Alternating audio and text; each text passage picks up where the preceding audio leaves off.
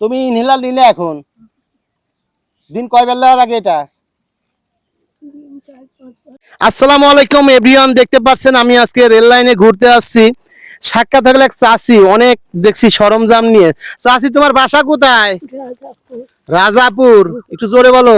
রাজাপুর। রাজাপুর। তুমি কি করো এই যে রেল লাইনে একা একা বসে? আমি অনেকক্ষণ ধরে দেখছি তুমি এই ব্যাগ হাতাচ্ছ, এটা হাতাচ্ছ। চাল মাল মানে এই মানুষের কাছ থেকে এটা ওটা নিয়ে ঘোরো, এটা এটা চাই চুই নাও। তাহলে তোমার ছেলে মেয়ে কয়টা?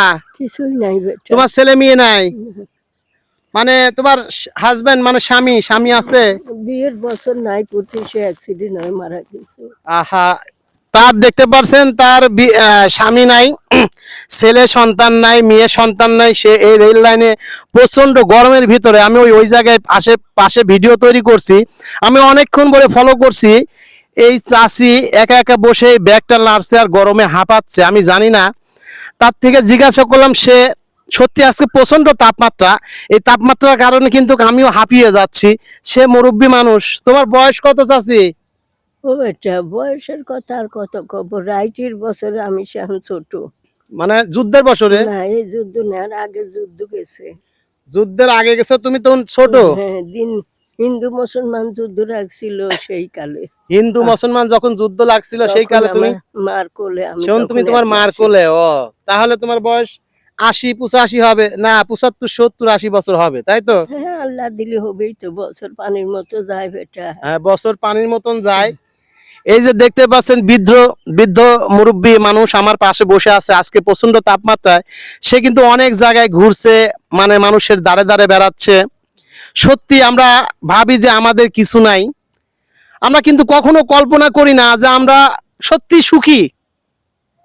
আমরা কি ভাবি কখনো যে আমাদের সে মানুষ দুঃখী আছে, যারা একবেলা খাওয়ার জন্য মানুষের দাঁড়ে দাঁড়ে হাত বাড়ায়? এই যে মুরব্বী মানুষ, সে কিন্তু সকাল কয়টা বাড়াইছো বাসা থেকে? 9:30 বাড়াইছে। 9:30 বাইরে থেকে বাড়াইছাও। এখন কি কতটুকু কি পাইছাও দেখি একটু?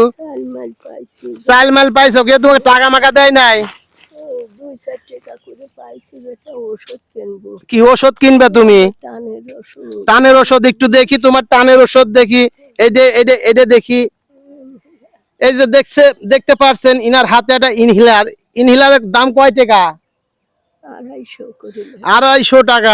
এই মুরব্বী মানুষের থেকে চায় এই টাকা পয়সা তুলে সে কিন্তু ইনহেলার কিনে খাওয়ার দাও। তুমি রান্না করেই খাও না কারো কাছে খাও? কারো কাছে খাও, তুমি নিজে রান্না করে খাও। দেখেন মানুষ কতটা অসহায় হলে পরে এরকম পরিস্থিতি দাঁড়ায়। আমরা কিন্তু সত্যি কখনো কল্পনা করি না যে আমাদের চেয়ে দুঃখী মানুষ আছে। তাহলে আমরা কিন্তু কখনো এগুলো খবর রাখি না। আমি কিন্তু রেল লাইনে আসছি ভিডিও তৈরি করতে, আমি ফাঁকে থেকে এই মুরব্বীকে ফলো করছি, যে মুরব্বীটা অনেকক্ষণ ভরে বসে আছে, কি যেন ব্যাগে দেখছে, ব্যাগে হাতাচ্ছে আর এই গরমে হাঁপাচ্ছে। আমি কিন্তু তার থেকে আমি জিজ্ঞাসা করার জন্য আসলাম, আর আপনাদের থেকে এই ভিডিওটা তৈরি করলাম। এই জন্য আমি আপনাদেরকে বুঝাইতে চাই আমরা কিন্তু অনেক সুখী। তাই এদের থেকে দেখুন, একবার তাকিয়ে দেখুন এরা কতটা দুঃখী। আপনি তারপরে চিন্তা করেন আমি দুঃখী না। আমি দোয়া করি এই মুরব্বীর জন্য, এবং আপনিও দোয়া করবেন এই মুরব্বীর জন্য। আমি ওনাকে কিছু টাকা দিব, আমি আপনাদের মাঝে দেখাবো না। অবশ্যই আপনারা এরকম ভিডিও তৈরি করবেন এবং এইরকম দুঃখী মানুষের পাশে যাবেন, এইরকম মানুষকে ভিডিও নিয়ে তৈরি করবেন। আর এই ভিডিও থেকে যত ডলার ইনকাম হবে, আমি আপনাদের মাঝখানে আজকে বললাম, এই ভিডিওর মাঝখানে যত টাকা ইনকাম হবে এই পুরো টাকা আমি এই মুরব্বীকে দেব। উনার বাসার অ্যাড্রেস আমি নিব। আমি কিন্তু এই মুরব্বী যত এখান থেকে আমার যত ডলার ইনকাম হবে, আমি কিন্তু ইনাকে এখন কিছু টাকা দিব। এটা আমি দেখাবো না কত টাকা দিব, আমি কিন্তু ওনাকে দিব। আর আমার যে পেজ থেকে, ইউটিউব চ্যানেল থেকে যে ইনকাম হবে, আমি কিন্তু পুরো টাকাটাই এই মুরব্বীকে দিব। তাই বলবো, যারা কন্টেন্ট ক্রিয়েটর আছেন শুধু নিজের স্বার্থ বুঝবেন না, এইরকম অসহায় মানুষের পাশে দাঁড়াবেন, তাকে কিছু না কিছু দিবেন। আর আমার এই ইনকাম হবে, আমি কিন্তু এই মুরব্বীর বাসার ঠিকানা নিব, এই পুরো টাকা কিন্তু ওনার বাসা থেকে দেবো।